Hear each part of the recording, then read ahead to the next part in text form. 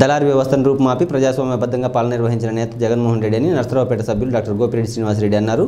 ఎన్నికల ప్రచార కార్యక్రమంలో భాగంగా పట్టణ పరిధిలోని మల్లమ్మ సెంటర్లో ఎమ్మెల్యే గోపిరెడ్డి శ్రీనివాసరెడ్డి 40 మంది వైద్యులతో కలిసి ప్రచారం నిర్వహించారు. ముఖ్యమంత్రి జగన్మోహన్ రెడ్డి పరిపాలన పట్ల రాష్ట్ర ప్రజలు హర్షం వ్యక్తం చేస్తున్నారన్నారు.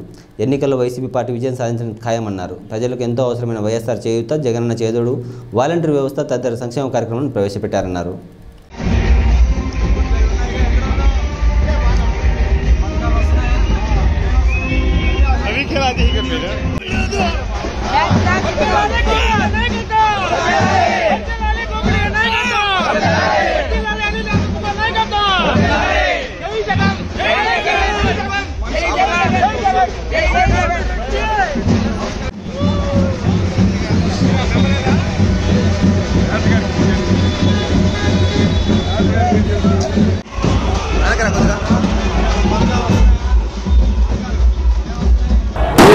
ఈ రాష్ట్రంలో జగన్మోహన్ రెడ్డి గారి పరిపాలన పట్ల ప్రజలు చాలా సంతృప్తిగా ఉన్నారు.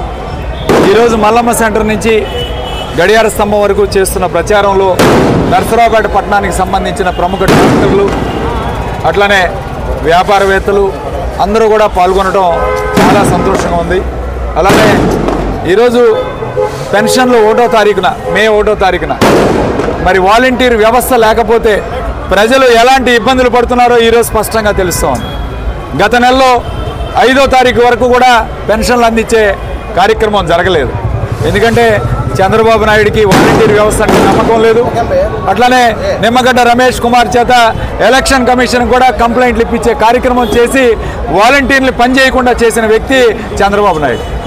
ఇవాళ మళ్ళీ మే 1వ తారీఖున ఇవాళ అకౌంట్లో వేశారు. పెద్దవాళ్ళు, మెట్లు ఎక్కనేలు వాళ్ళు, ముసలి వాళ్ళందరూ కూడా బ్యాంకులకు వెళ్ళి తీసుకోవాలంటే ఎంత ఇబ్బంది పడుతున్నారో ఈరోజు స్పష్టంగా తెలుస్తూ ఉంది. కాబట్టి గతంలో జగన్మోహన్ రెడ్డి గారు వాలంటీర్ వ్యవస్థ ద్వారా 1వ తారీఖు రాగానే ఉదయం 6 గంటలకల్లా తలుపు తట్టి పెన్షన్ తీసుకునే వాళ్ళందరూ కూడా ఈరోజు ఎంతో ఆవేదనకు గురవుతున్నారు. దీనికి కారణం చంద్రబాబు నాయుడు. వాలంటీర్లని విపరీతంగా మొన్నటి వరకు కూడా మరి వాళ్ళందరినీ విమర్శించి ఈరోజు వాలంటీర్లకి ఎప్పుడైతే పెన్షన్లు తీసుకున్నా ఇబ్బంది పడుతున్నారో పెద్దవాళ్ళు, ఈరోజు వాలంటీర్లకు 10,000 ఇచ్చిన మోసకారి చంద్రబాబు నాయుడు మేనిఫెస్టోని కూడా ఎవరు నమ్మట్లేదు. ఎందుకంటే జగన్మోహన్ రెడ్డి గారు మేనిఫెస్టో అంటే ఆఫీసుల్లో అంటించారు, సెక్రటేరియట్లో పెట్టారు, ప్రతి గవర్నమెంట్ బిల్డింగ్లో సచివాలయంలో పెట్టాం. మేనిఫెస్టోని ఒక బైబిల్, కరోనా, ఒక భగవద్గీతగా భావించిన వ్యక్తి జగన్మోహన్ రెడ్డి గారు. ఆయన అమలు చేసే తీరులో కూడా 98% హామీల్ని అమలు చేసిన వ్యక్తి జగన్మోహన్ రెడ్డి గారు. గతంలో ఎన్నో ప్రభుత్వాలు చూసాం, ఎంతోమంది ముఖ్యమంత్రులు చూసాం.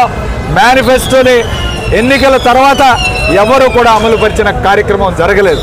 ఈరోజు జగన్మోహన్ రెడ్డి గారు మేనిఫెస్టోని అమలు చేసి ఈరోజు చూపిస్తే చంద్రబాబు నాయుడు ఆఖరికి మేనిఫెస్టోని తన వెబ్సైట్లోంచి కూడా తీసేసిన వ్యక్తి చంద్రబాబు నాయుడు.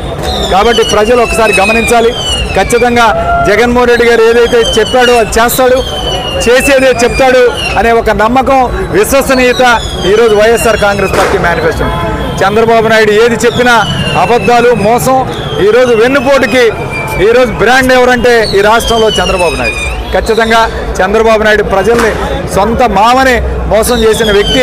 ప్రజలను మోసం చేయడంలో ఏమాత్రం కూడా ఆలోచన చేయడు. 2014లో మోసం చేశాడు. ఇవాళ మళ్ళీ ప్రజల్ని మేనిఫెస్టోతో మోసం చేయడానికి సిద్ధంగా ఉన్నారు.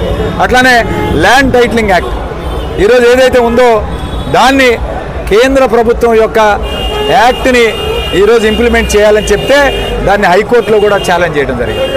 హైకోర్టు కూడా ఇది మా పరిధిలో లేదు, కేంద్ర ప్రభుత్వ పరిధిలో ఉందని చెప్పి హైకోర్టు చెప్పడం జరిగింది. ఇప్పుడు జగన్ అన్న ఒక స్టెబిలిటీ ఉన్న లీడర్ అండి. యాక్చువల్గా ఆయనకి ఎప్పుడు పక్క చూపు లేదు, ఒక ముందు చూపు మాత్రమే ఉంది. అది ఆయన అమలు చేసిన పథకాలతో మనకు తెలుస్తుంది. స్కూల్స్ని, హెల్త్ డిపార్ట్మెంట్ని ఎవరైతే ఇంప్రూవ్ చేశారో, ఏ స్టేట్స్ అయితే దాని మీద కాన్సన్ట్రేట్ చేసినాయో అవన్నీ డెవలప్మెంట్ వైపు వెళ్ళినాయి. సో ఈ విజన్తోనే మన జగనన్న కూడా ముందుకెళ్తున్నారు. సో ఆయనకి ఎప్పుడు ముందు చూపే ఉంది, ఎవరి సపోర్ట్ అవసరం లేదు, ప్రజల సపోర్ట్ మాత్రమే కావాలని ఆయన అనుకుంటున్నారు. మేనిఫెస్టో చూస్తే చంద్రబాబు నాయుడు గారి మేనిఫెస్టో చదవడానికి 3 రోజులు పడుతుందండి. అది ఆయనకు అర్థం కావడానికి నాకు తెలిసి 3 సంవత్సరాలు పడుతుంది. ఇంకా అది అమలయ్యేదే కాదు. అది జనాలు కొంచెం గమనించుకోవాలని అనుకుంటున్నాను. ఆయన ఆ మేనిఫెస్టో ఇచ్చాక జగనన్న మన మేనిఫెస్టో ఇచ్చారంటే ఎంత డేరున్న లీడరో మనం తెలుసుకోవచ్చు. ఎవరు టచ్ కూడా చేయలేని మ్యాటర్స్ని జగనన్న ట్యాకిల్ చేశారు. ఎవరు డేర్ కూడా చేయని విషయాలని ఆయన డీల్ చేశారు.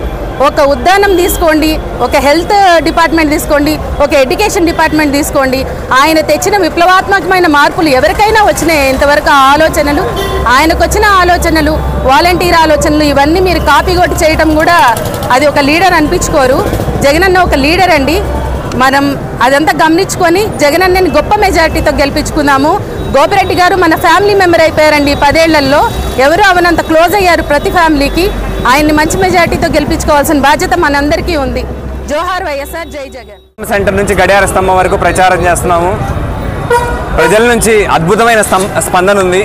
ప్రజలే చెప్తున్నారు మేము జగన్మోహన్ రెడ్డి గారిని ముఖ్యమంత్రి చేసుకుంటాము, మాకు ఆయనకు అన్ని పథకాలు ఇచ్చారు, ఆయన మమ్మల్ని చాలా మంచిగా పిల్లలాగా చూసుకున్నాడు, అన్ని ఇంటికే పంపిస్తున్నారు, మాకు అన్నీ మా మంచి కోరుకునే జగన్మోహన్ రెడ్డి గారు కావాలి కానీ చంద్రబాబు నాయుడు వద్దని వాళ్ళు ఘంటాపదంగా చెప్తున్నారు. మాకు విద్య, వైద్యం, రైతులకి మంచి విత్తనాలు, ఎరువులు అన్నీ ఇస్తున్న జగన్మోహన్ రెడ్డి కావాలి. నాణ్యమైన విద్య, నాణ్యమైన వైద్యం జగన్మోహన్ రెడ్డి కావాలి కానీ నాణ్యమైన లిక్కర్ ఇస్తానన్న చంద్రబాబు నాయుడు వద్దని ప్రజలందరూ గంటగా చెబుతున్నారు. వాళ్ళ ఉత్సాహం కనుక చూస్తుంటే 175 వస్తాయి అనటంలో ఏమాత్రం సందేహం లేదనిపిస్తుంది. 25 ఎంపీ సీట్లు కనుక గెలవబోతున్నాం అనిపిస్తుంది.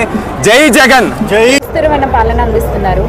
ఈరోజు అన్ని రకాల పథకాలతోటి ప్రజల మనస్సులో నిలిచిపోయారు. పేద ప్రజలకు జగన్మోహన్ రెడ్డి గారి అభిమానం, జగన్మోహన్ రెడ్డి గారి మీద అభిమానం నోటి మాటల్లో లేదండి, గుండెల్లో ఉంది. అది మనకు తెలుస్తుంది, కనపడుతుంది. ఎంత అభివృద్ధి చెందిందంటే రాష్ట్రం, ప్రభుత్వ పాఠశాలలు చాలా అభివృద్ధి చెందాయి, అలాగే ప్రభుత్వ ఆసుపత్రులు చాలా అభివృద్ధి చెందాయి. ఆయన ఎన్నో పథకాలు అందిస్తున్నారు. ఆరోగ్యశ్రీ, చేయూత, అమ్మఒడి, విద్యా దీవెన, రైతు భరోసా ఇలాంటి పథకాలతో ప్రజల అభిమానాన్ని చొరగొన్నారు. ఖచ్చితంగా ఈసారి కూడా వైఎస్ఆర్సీపీ గెలిచి మన జగన్మోహన్ రెడ్డి గారే చీఫ్ మినిస్టర్గా ప్రమాణ స్వీకారం చేస్తారని మనస్ఫూర్తిగా కోరుకుంటూ సెలవు తీసుకుంటున్నాను. జై జగన్, జై గోపిరెడ్డి గారు, జోహార్ వైఎస్ఆర్.